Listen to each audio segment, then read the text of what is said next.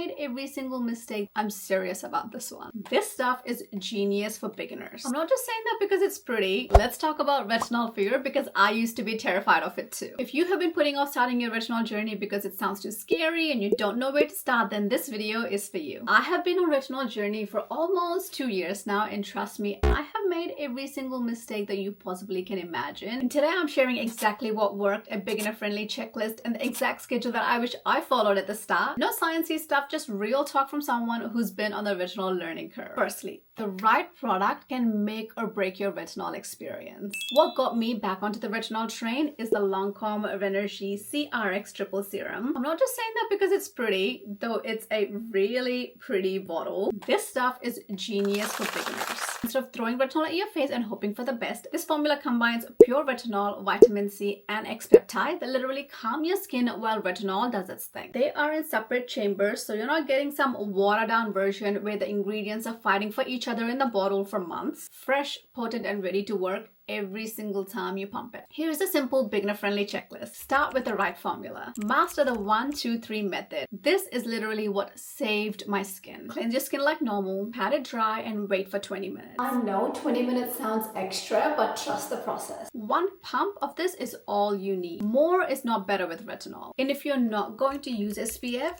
don't even start with retinol. I'm serious about this one. And this is where most people mess up. They go from 0 to hero and wonder why their skin is angry. Here's the schedule that I followed to reintroduce retinol back into my routine, and it will work well for beginners too. Now for the results. My skin feels smoother, glowier, and those little texture and bumps that I used to obsess over, pretty much gone. I followed the checklist and the schedule, and there was no dramatic peeling phase or angry red phase, just gradual, beautiful improvement. So here is what I want to know. What's been holding you back from starting retinol? Drop it in the comments because I bet you're not alone. Save this video if it helped you feel more confident about starting retinol journey. Better yet, tag that friend who's been talking about trying retinol but is too scared to take the plunge. They'll thank you later.